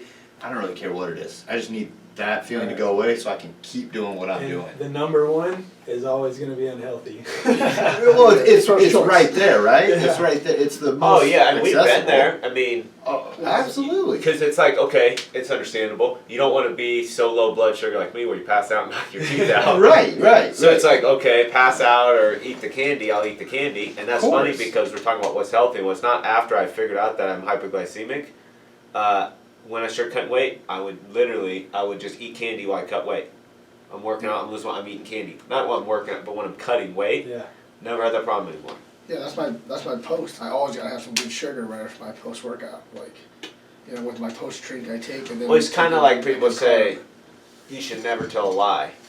Well, what if there's some guy with a gun that shows up and he says, "Is Matt Morton here? I'm here to get him." Matt's not here. So sometimes it's okay to have sugar, right? Sometimes it's actually what you need. Just And like I sometimes think- you gotta lie. Yeah, when it comes back to making healthy choices, it's all about preparation. And I'm not talking about the most strict form of preparation in meal prepping. Right. I'm talking about have some idea and have some form of preparation in place so that when life hits, you will be able to make a good choice. When you get called in for overtime, you have a protein bar in your glove box. Right. When you are out playing baseball with your kids, you understand what restaurants are around, you know where to go afterwards. So Right. when you have that long drive home and you need to hit something quick, you know the best place to go. And you're not so hungry that you don't order the number one, you actually look at the menu for a second and find the healthiest option available. But most likely we're gonna avoid McDonald's and that stuff altogether. Yeah, for sure. Yeah. Yeah. Well, I know an Bebop's is so example. much better. Oh, yeah. Well, an example though, Keo, Oh, the tremendous athlete. He's the Chipotle king. It's, and he doesn't go in there. I mean, because there's a way that you But can probably if make you look Chipotle at not Chipotle, great, and there's what a way is to make it okay. It's actually, there's nothing, see the thing is like, there's nothing wrong with anything at Chipotle. It's just Absolutely. how much of it are you going to eat and in what ratio. And well, with him, he had it dialed every day. I mean, working with him. Hey, you want to get lunch? I'm going to Chipotle. Okay, well, you want to try something else today? Nope, I'm going to Chipotle. Every single time. No, there's nothing wrong with Chipotle except No, they got that. of course not. They got that horse meat there, but that's That's a story. And protein That's shakes, another- protein But- shakes are big for me. I mean, so obviously there's option. I mean, there's more options than ever now. Even, I What was the occasionally- question again? Meal, like, I have to entertain people, right? I sell stuff. So I we've all, go out with I think with the clients. meal prep, is until we're blue in the face, we told people bulk cooking, have options ready, be prepared, things like that, have your protein ready, cook a bunch of egg muffins, whatever. I you know, think, so yeah. I think Well, as I far think as it's eating different out for with everyone. people, I mean, again, it's like you can go almost anywhere and find something that will fit your diet. Absolutely. The hard part is, Making the do I want to decision. order the 100%. salmon and broccoli with the rice pilaf, or do I want to get the cheeseburger with onion rings and get Or the pasta dish. Yeah. Yeah, Now, I 100%. have found one thing that are certain situations where people are genuinely told to not eat through a certain amount of time. So one of those You mean options. like an intermittent fast. Now I'm talking about like an employer telling their employee Oh. do not have food. Yeah, that's a lot of places. I've At heard your of desk, places like right? that. Yeah. Like we're talking about, and it may be different in Iowa, but teachers, nurses, and I'm sure there's several And other I've gotten examples. that from them. I can't eat. They're doing the 6-week challenge. Yeah. That's going to be a problem for me. I can't And- eat Yeah, at work. and my advice to them is to go to your employer and tell them, this is damaging my health. Right. It And is. Well, especially if you're a teacher, because I don't know about you, when my blood sugar gets low, I can't concentrate, right? But you Don't have a really like nurse. starve me. Hence A nurse the- helping people out, the running bebops. around, and you can't, you Yeah. know. and you have to describe it That's that why we way. end up This is there. hurting my performance as an employee. 100%. Yeah, and again, you're not going to be able to go out and have a full lunch in the middle of a work shift, but you can put things in place like a protein bar Protein and bar. things like that. I Protein recommend That's good a stuff. blanket. You want to just put a blanket over yourself And then and just eat. eat under there and say, you don't know You don't know what I'm I doing. don't know what I'm doing under here. But at the end of the day, you have to weigh your priorities and understand that your health is among, if not the most important, because I say maybe the most important because in order to be able to take care of your other priorities, you have to have your health. Absolutely. Yes. That yeah, 100%. It's like you know, they say the plane goes down. Make sure to put your gas mask on before you try to help your buddy, because you don't want to be over here. Let me help you, and meanwhile you pass out and you're no good to anybody. Yeah. Yeah. So, That's a good answer, because like I said, we have a lot of teachers, we have a lot of nurses that do go to all the lead edges, and big thing is, I can't get it in, can't eat it, you can at least drink something, drink a protein shake in between, but go to their employer and be like, yeah, this is bad for my health, bad for my performance. I do understand though in the hospital, like you don't want to have the nurse like Yeah. eating a sandwich and you know what I mean. It's probably not But even a sanitary. quick drink, like some of them, like I can't even get to my protein drink Yeah. and get that in, and I'm like 7 hours in. You know, before, how about my nurse comes in, she passes out on me? What, you know, I'm in the hospital, I need the help, I want her to Yeah. feel good, I want No, her to it's feel tough. energetic. My mom was a nurse and yeah, they crazy hours. Yeah, it's, Yeah, it becomes, sorry, police officers, this and that. So, another one, so we moved down a little bit. That's fine. Number one question about fitness, and one of the things here is I have a family, so I got kids. So I can't be doing these crazy, I can't be forcing my kids to eat the things I'm doing, eating this and that. And I'll say, as a dad with a daughter who is actually a humble brag moment, is an extremely competitive gymnast at Chow's. She's on the pre-team for the junior national Olympic team. She goes to try out for that in January. So for her nutrition is literally more important than mine.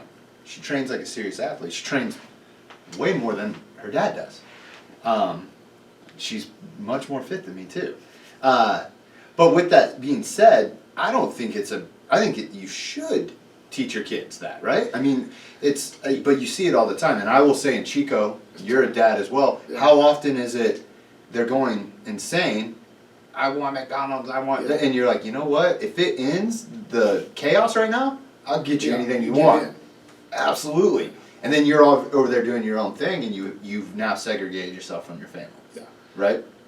It's been pretty good. You know, my son is, he's 4, but he has a lot of allergies, so it kind of helped us out in what he's eating. He's allergic to. We don't believe in those in my Gluten. house. I just no. He's allergic to eggs, peanuts, and tree nuts. So it's like we had to always modify things we're eating, like no more real bread, no more we're shooting to the gluten free, and then Right. you can't have eggs. So it's like different protein sources for him. Is he doesn't like beef, and I'm trying to incorporate different chicken, and it's just. It helped us eat cleaner, so it's like, we can help our kids eat cleaner if they're helping us eat cleaner. I Same mean, way. childhood obesity is a real thing. Yeah. It's pretty. I know I'll take, and I'll take October, my daughter, to birthdays, and the parents are like, oh my gosh, she has like, almost like making her seem like, what is wrong with your kid? Why does she have an 8-pack type thing? And I'm like, that's wrong. You shouldn't be making her feel like she's weird because she's extremely fit. I mean, that's a good thing that she has this lifestyle already, and for her, she's, she wears her Fitbit, she sleeps with it. Like I said, I should really follow her example. if anything, I'm a bad example around her. But you do hear that a lot. Well, I'm a mom and I have three think kids. as someone without kids, I think I'm highly qualified to answer this question. I would agree with that. But I think it just comes down to, look, I don't think you can make your kids eat Chicken and broccoli. chicken and broccoli with no flavor, but Well, listen, that's not this- even you can make necessarily it the best fun. thing for you to be eating anyway. Right. You know what I mean? Right. Yeah, I mean, there's so many different ways to make food tasty to where, like, Of okay, course. one thing I have heard so many times from the people that do our challenges, they get the cookbook and they make the meals and they say, my family didn't even know it was a so-called healthy meal, right? Yeah. It's just dinner and it tastes good. So I think that's a big part of it is, one of the worst, hardest parts about so-called dieting is, people make food that has zero flavor on it.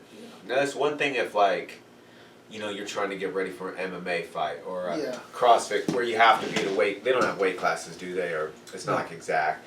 But anyways, you have a 20-pound challenge. Like I want my money, so I have to. That's one thing. Like here's the thing with the 6-week challenge.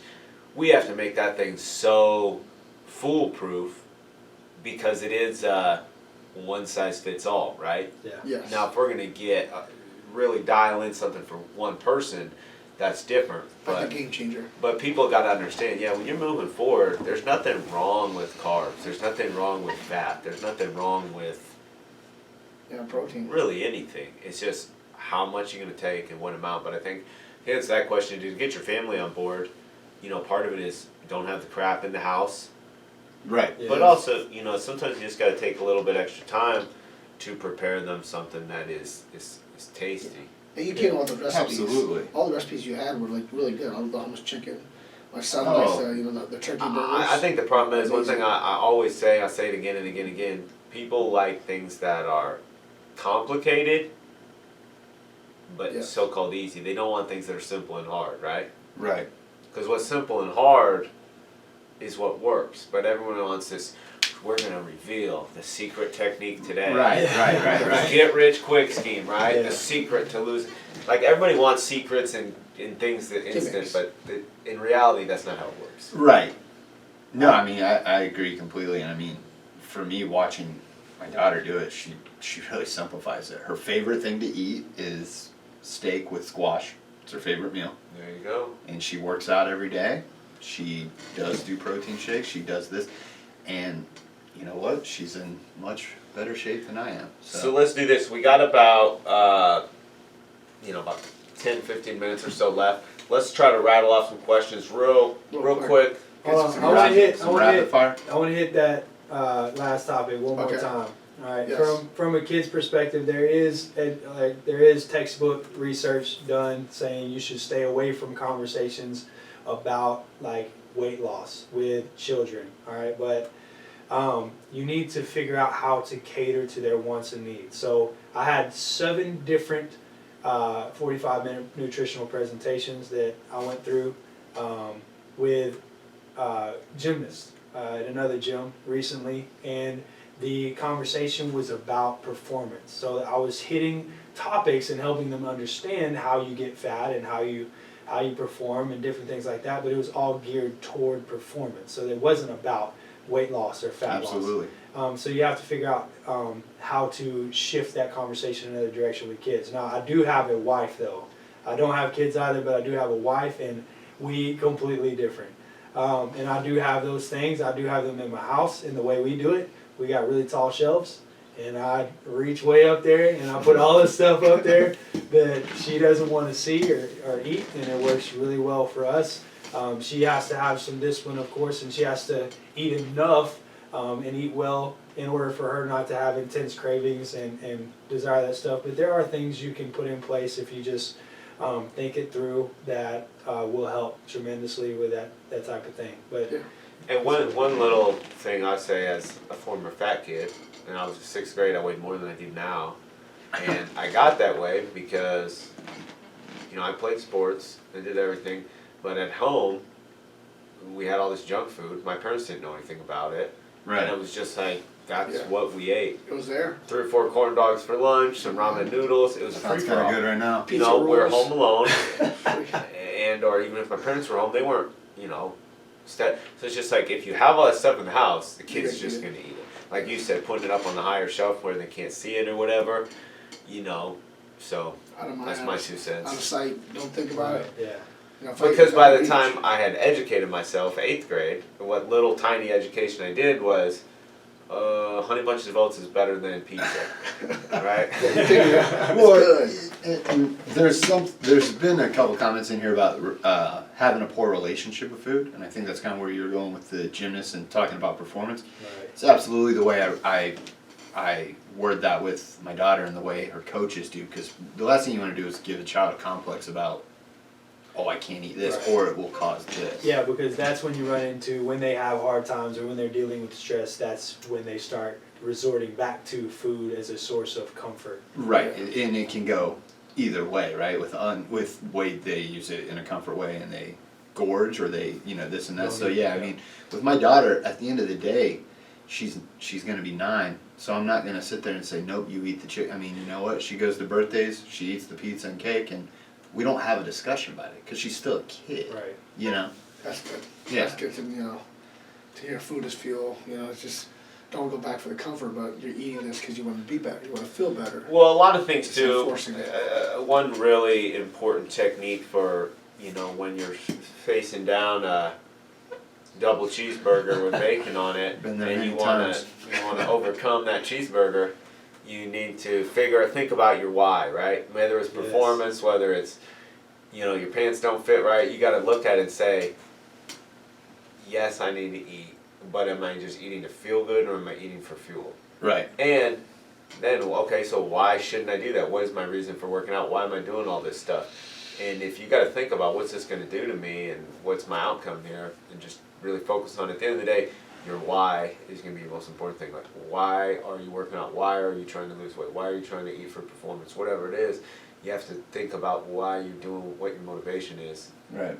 And like that right there, because if you have a strong motivation, that will outweigh that desire to eat the cheeseburger. Right. And make flavorful food so kids will eat it. Yes. All right. Right. It's a big thing. Make Yeah. it taste great. Yeah, I mean, it's like this, motivation, and it's just like, if it's not just strictly being disciplined, doesn't work forever for most people. Yeah, of course. So you said back to like the Yeah, rapid next fire question. question. Well, the questions a lot of them repeat, and I think this is good that we did this, but a lot of people are saying that they need a more personalized nutrition plan. They need to have more guidance on nutrition. They need to do this. Well, I would say that, a few things for that. We put together 3 nutrition coaching programs based on what people need. One is a habit-based, and you're like gonna those answer people that have that bad relationship with food. Right. And we're going to give this to clients free as a service. There's another one, nutrition course for people that are just not sure how much they should be eating. Right. And again, because it's all about habits. It's all about habits, right? It's not like Eating 4 meals. you're gonna Habit. do this and then in a week your life's gonna be changed. Right. It's about building that habit up. So we have these 3 courses, and that's what we're gonna give to people for free that are Okay. members. Those 3 courses. But if you really want something that's really dialed in and you're really serious, then of course I would recommend working with Matt on And that's the what I was Game gonna Changer say program. too, I mean, right. It's a no-brainer. Right. If you want something that is really tailored, and the thing is too, one thing we say is don't be just a knower, be a doer, right? You have to be a doer, because is knowledge power? Everybody says knowledge is power. I disagree. Knowledge is not power, because there's a thing called Google, and every bit of Yeah. information, whether it's fake news or real news or whatever, but every bit of information is out there on the internet. Yeah. It All is. the real information is out there, especially about fitness. Right. But Oh, what to eat. absolutely. But America's fatter than ever. America's, fitness and everything is bigger than ever, but America is more fatter than ever too. So obviously we don't have a knowledge problem, we have an implementation and a doing problem. Because there's everything in the world out there on Facebook. So if you really need somebody, part of that doing is having a coach, right? Like, you can be a boxer and you hit the bag every day, or you can actually work with a coach who you think is going to win that fight. He goes in there and wails on the back by himself every day. Of course, yeah. You know? So obviously, anytime you can afford it and it's worth it, you can do it, and it's important to you. If it's important to you to be a good boxer, if it's important to you to be a good drummer, if it's really important for you to get your nutrition handled, then I recommend, Yeah. So Matt, Yeah, what set is up your with Matt. what is your Game Changer program? Game Changers program. So the foundation is nutrition. People look at it like a nutrition program, but I consider it a 360-degree program because in order to get the most significant results you can get, everything has to be clicking. Nutrition is the most important. I would say for sure. That foundation has to be there. We have to be doing things right there. But in order for a performance-based nutrition program to work, you have to be performing. And you have to be able to perform, first of all, and then you have to actually implement it. So for me, it enables me to look at extraneous details like not only calories, but macronutrient breakdown, sleep, and any other stress that they could be having in their lives, and understand how the impact of those things will affect their body. But from the other side of it, it helps me understand what they're capable of in the gym. So I don't have to worry like, I think that person could grab a little bit more weight or go a little bit faster, but I don't really know what they've been doing. I don't know what they're coming from. I don't know what they're wanting today. And I don't know if they could be dehydrated. I really don't know quite how hard to push them before they reach that breaking point, or it might just not be in their interest. So the Game Changers program enables me to know exactly what their goals are, what they're doing, so that I know exactly how to push them. And it makes it really fun for them because they're getting really fast results, especially after a few weeks go by. I'll tell you right now, the transformation pictures coming in after week 2 are blowing even my mind by how fast these people are changing. And it's an 8-week program. That's awesome. Are you sharing those with the group so we can see those on Facebook? We Uh, will be, right? yeah, we definitely will be. Yeah, right now they're just being shared to me. Because I'm interested to see that Yeah. those two. So Yeah. the Game Changer is an 8-week program, and you're kind of dialing down in. And how many people do you usually take into the Game Changer? 10 people. In order for me to really stay locked on, especially this first program, I limited it to 10. We had a couple more squeak in this one somehow, but I definitely have a one-on-one conversation with every single person every single day to make sure that there's nothing I'm missing, so that I know exactly what to ask of them. And regardless of whether they feel sorry for themselves or not in the middle of a workout, I can really up the intensity and the accountability on those people because I know their potential. And some days, I mean, I look at myself as one of the most motivated, disciplined people, you know, in the sport of fitness. It's not by accident that I'm one of the highest level of competitors. But if I had a coach like I'm doing for these people, when I come into the gym feeling sorry for myself, which that still happens, if I had a coach asking me for more on those days, I can't name one person that could beat me. If I had that person checking me when I needed to be checked and say, hey, like, you got it, man. I know you had a rough day, you're dealing with some stress, you're doing these things, but I know what you're capable of doing. I know what you're doing outside the gym. This is what you need to do. Go do it. It would take me to that next level. So, I mean, it's something I'm not even getting, and an advantage that is just unmatched. And that's why we only take a very small number of people, and we have a extremely strenuous qualification process, because I'm going to be asking a lot, but you're going to get not only an incredible transformation after 8 weeks, but I mean, I've released probably over 4 or 5 hours of video content just helping people understand how this whole thing works already after 2 weeks. Because after the 8-week program, they're actually going to understand how, and that will never leave them. And they'll be able to go into their family and their friends and their environments and change those people's lives, because it's not only they are being told what to do, but now they know exactly how it works. So when they're dealing with vacations, I have one person that in the Game Changers group is on a 9-day vacation right now and crushing his results because he understands not only you don't have to be limited by having everything cleared out for those 8 weeks, you can take that information because you understand how it works and apply it no matter what situation you're in. No matter if you're dealing with injuries, vacations, no matter what. Yeah, just like going back to Joe, knowledge is power. If you implement it, you're giving all this knowledge there, and now they're finally using it. And because too, I think if you don't in one ear out the other, right? If you don't implement knowledge, you don't remember knowledge, right? Right. Absolutely. I can show you how to do something, but if you don't do it, Yeah. you're gonna come back and go, right? But also too, that's why it is a game changer, because once you get that area handled, it's like teach a man to fish or give him a fish, right? Right. If you really know how to fish, you eat for life. Well, hopefully. Ideally. Ideally. That's good. The game Alright. changes 8 weeks and more personalized and like I Yeah, said, so guys, you if you take want- serious people. Because Absolutely. if you're not serious and you do this game changer and it doesn't work, it's all on you. Number one, because you didn't want to do what Matt asked you to. So when is the 4 weeks till your next one's gonna start, or this one's over in 4 weeks and you're gonna take on a new group? Oh, we've still got another 6 weeks. 6 weeks. Okay. 6 weeks. So guys, if you want to get on the waiting list for that, it's going to sell out because it's like 10 people.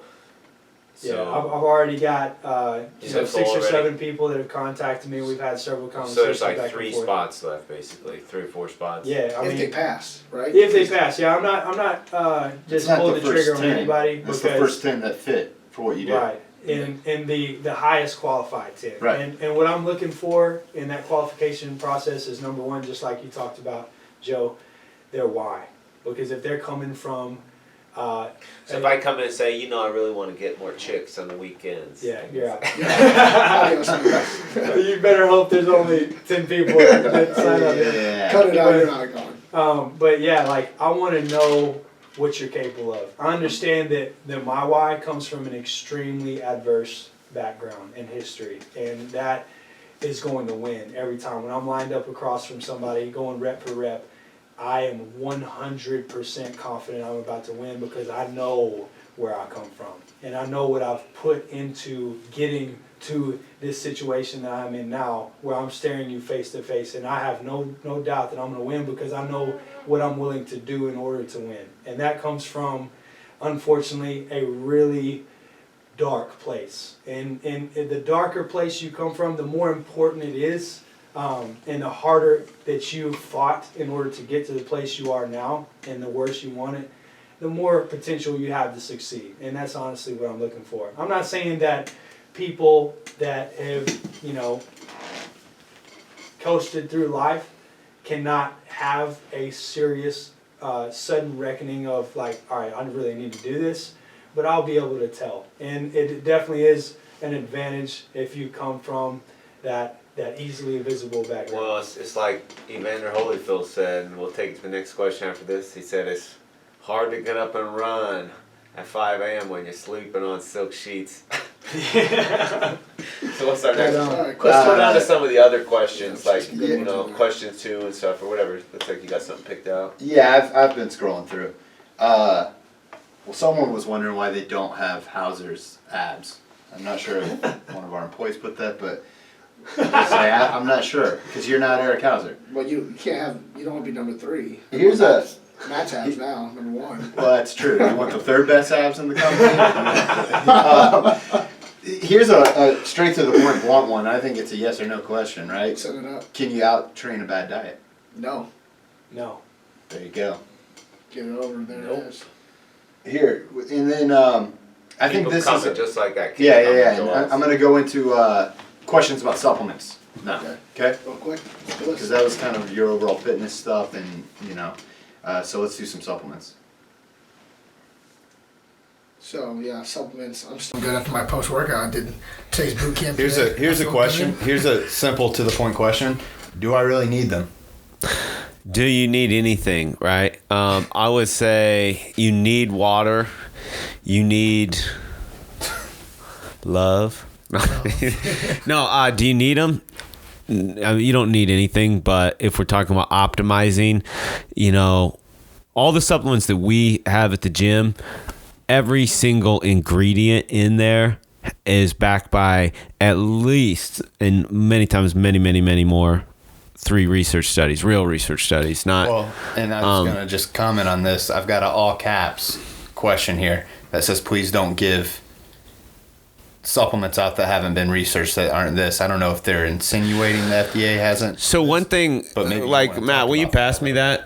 Yeah. Or just hold that up to the camera. Every single supplement that we do, and this isn't a sales pitch for us, but I think it's important that people know. If you can see, you don't just get these stamps from. They don't give these things out. That's an FDA approved stamp. Every single product that Elite Edge makes is in an FDA approved facility. It's also independent third party testing that we pay extra to have done. So. And then it's just a GMP stamp as well. But every supplement we make or sell or anything is created in the FDA approved facility, and everything is researched. The good thing about our supplements is, there's no proprietary blends. It just tells you exactly what it is, and everything in these has been researched. And I'm going to be shooting some videos to kind of break down exactly what they do, because just, this one product here has 13 ingredients, and I could go on about each one for an hour. So we'll save that for another time. But I'll hit on it real quick, Joe, because I come from an extremely unbiased background, because I didn't create the supplement, but right, yeah. And also another small little nugget. I haven't paid for a supplement, and probably since I've been CrossFitting, I haven't paid for anything, and I have sponsors, had sponsors that gave me whatever I wanted, whenever I wanted. And as soon as I learned the information I needed about Elite Edge supplements and put them in my body, that's all I take now. And the biggest difference, the biggest thing that caught my ear, that most people wouldn't look for, that would kind of get lost if you just said it to the average person, is when Kyle was explaining the supplements to me, I was asking about the ingredients, and I can't remember exactly how it came up, but he told me, well, Joe made a list of the ingredients he wanted, and they went and put it in there. And that hardly ever happens. There's always some way to save money and some other ingredients to put in there and other fillers. Well, a lot of times, they identify what the price point is before they make the product, which is a problem. Right. And so, if people don't get how important that is. And for me, I need the best stuff in my body. Plain and simple. With the amount of effort and the amount of time I'm putting and the amount I'm investing into my fitness, I want to optimize my performance, exactly how you just described it. And so I'm going to put the best thing in my body, because I know I'm capitalizing on the effort and investment I'm putting in.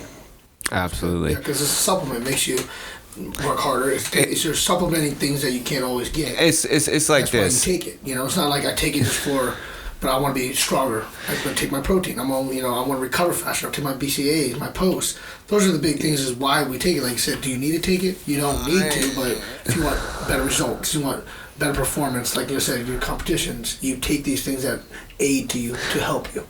Yeah, it's like this. Without a needle. Why do you think every professional athlete takes stuff like this? Yes. Right. It's not because they all are just brainwashed. So here's one too, to continue elaborating, because I know you want to get through some of these. Somebody says, I take a protein supplement, I eat clean, and I don't need any other supplement. I've listened to a lot of podcasts that say they're not recommended, or you don't need them. As long as you eat clean, you're fine. It's a ongoing thing I hear. Here's what I would say to that. Supplement is like this: eating right, sleep, and water. Right. That's like your shirt. You got to put on your shirt before you put on your tie, right? Of course. If you see some guy walking around, I don't train, but I take supplements. Well, and then it's again, what is supplements? That's like saying drugs, right? Supplements. Drugs is everything from Viagra to street drugs, right? What does that even mean? Supplements is such a huge term. So, of course, there's some bad supplements out there, and there's some bad companies that are just full of it that, I used to take a protein that was called Ultimate Protein, and they ended up getting shut down. FDA did tests on them. their supplement had 8 grams of protein and 20 some grams of sugar, but it said it had like 2 grams of sugar.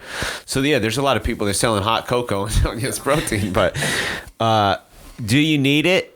It depends on what your goals are. Yeah. Right. If you want your testosterone to go up by 25% in a month, then maybe I recommend some vitamin D. You're not going to get that from your foods. If you're anemic, yeah, you need to supplement with iron. There's so many like, that's like me going, everybody in America needs to take vitamin D, which is probably true, but maybe not. Or everybody in America should be taking a protein supplement.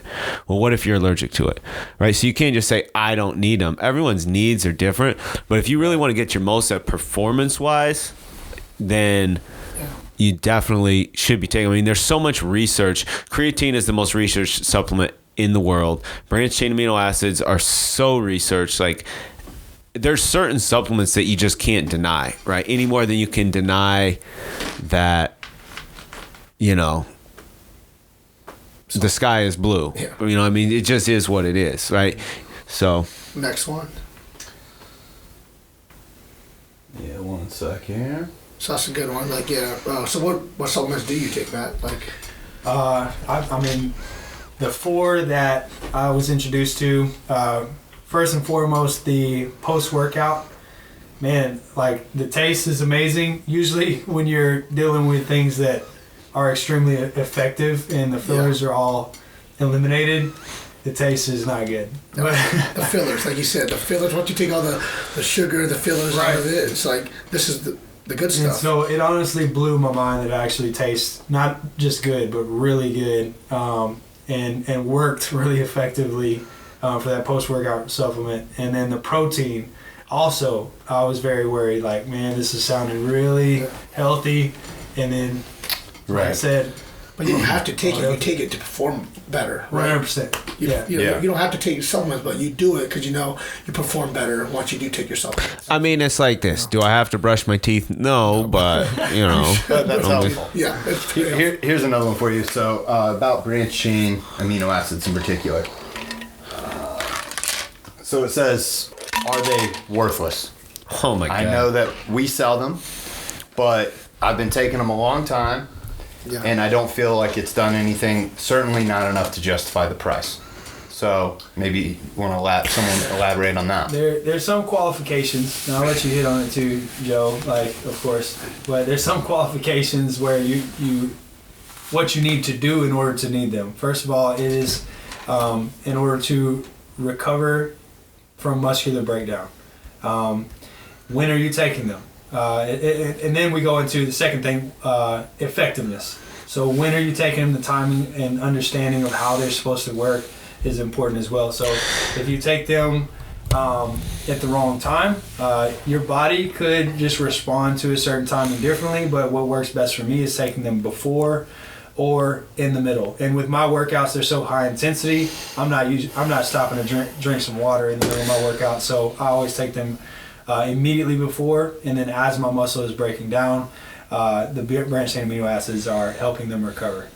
So it's a matter of, do you need them based on what you're doing, and then 2, are you doing what you need to do to help them be as effective as possible? I would say 2 things. Number 1, the biggest proponent I ever heard pro BCAA person was Michael Phelps. He said he takes branched chain amino acids 8 times a day. That's the guy, the best guy to ever do it, what he does. And he said he takes 8 a day. And I don't think he would just be saying that, right? Number 2, the question was, I'm not seeing, it's kind of like this. I know where you're going with this. Okay, did you know that 97% of people that get cancer eat red meat? But did you know that 98% of America eats red meat? So you're drawing. So like, where do you base your data off? You said I'm not getting the result, but did you do the only really? What is that based off of? A feeling? Where is the data markers there? What are we talking about? You know what I mean? Because there's already been studies with tons of college programs and weightlifters and stuff done that were controlled that prove it. You know what I mean? Yeah. So it's kind of like, but again, why does Michael Phelps need 8 times a day? Because he's in a deficit and he's crushing it Workouts every hard. day and he needs it. Yeah, and I think the biggest factor is going back to exactly what you say. You got to put your shirt on before you tie. So if you're not eating vegetables, if you don't ever consume vegetables, if you're not ever consuming omega-3 fatty acids, your body's going to feel like crap regardless Right. of what you put. You're sleeping 5 hours a night, but you're taking your branch chains. It's like, come on, man. Maybe you could talk a little bit about this because it seems to come up quite a bit. So why is the price, right? I can go to Hy-Vee and I can get X, same supplement, not the same formula.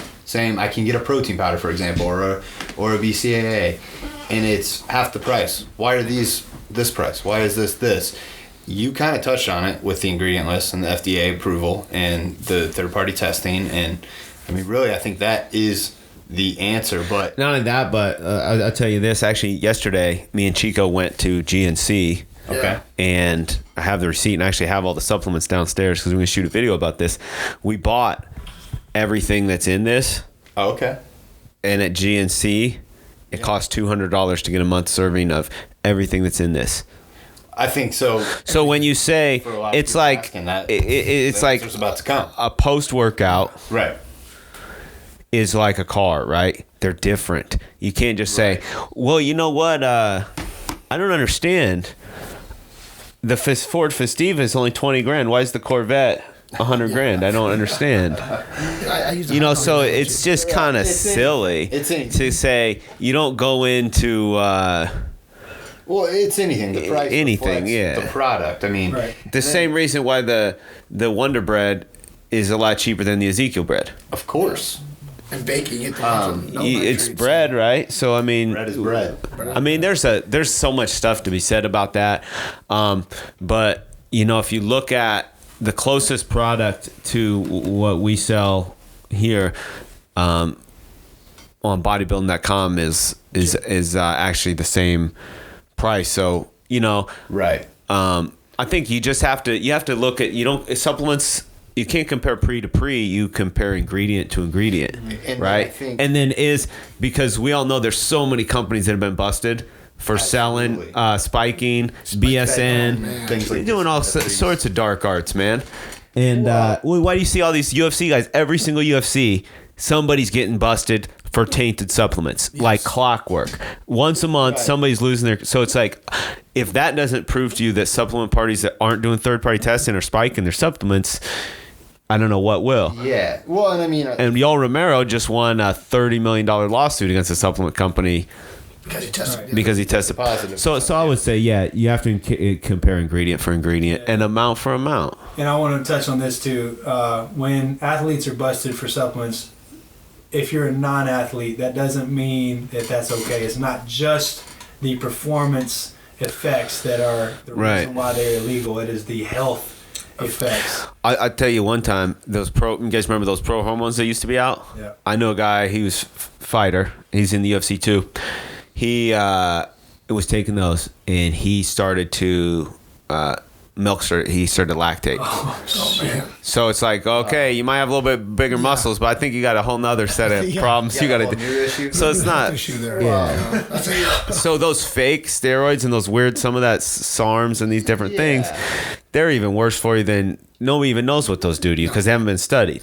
So right. And then, I mean, almost every other question is, how do I know which ones to take? And I think it's, you guys have already touched on it. It's because research. Do your research. Well, not only do your research, but look at what has been researched. Yeah. Right. And I think talk to your trainers, right? Talk to the coaches about this is what's going on with me. This is my life. This is kind of like We're going to be doing a lot more educational stuff on that because I get it. I mean, I get it. I've been victim to them. common.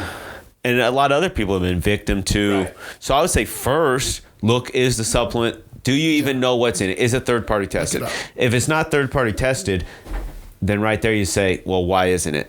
Yeah. What are you hiding? Because it does cost money and it's going to add the price of the jar. But then again, to the consumer, isn't that a peace of mind? So that's going to cost more money. Is it in an FDA registered facility? Again, have you guys seen Bigger, Faster, Stronger?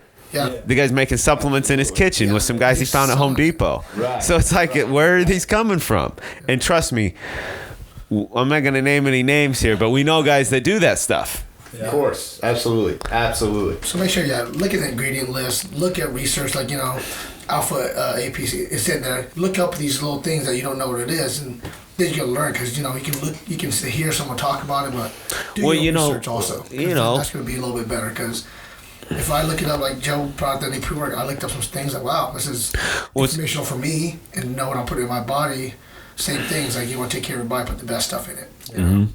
Absolutely. I think the question may be geared toward, and we talked about talk to your trainer, always a good idea. But what supplements which of the available supplements at Elite Edge should I be putting in my body? And that's an excellent question, because you shouldn't disqualify something.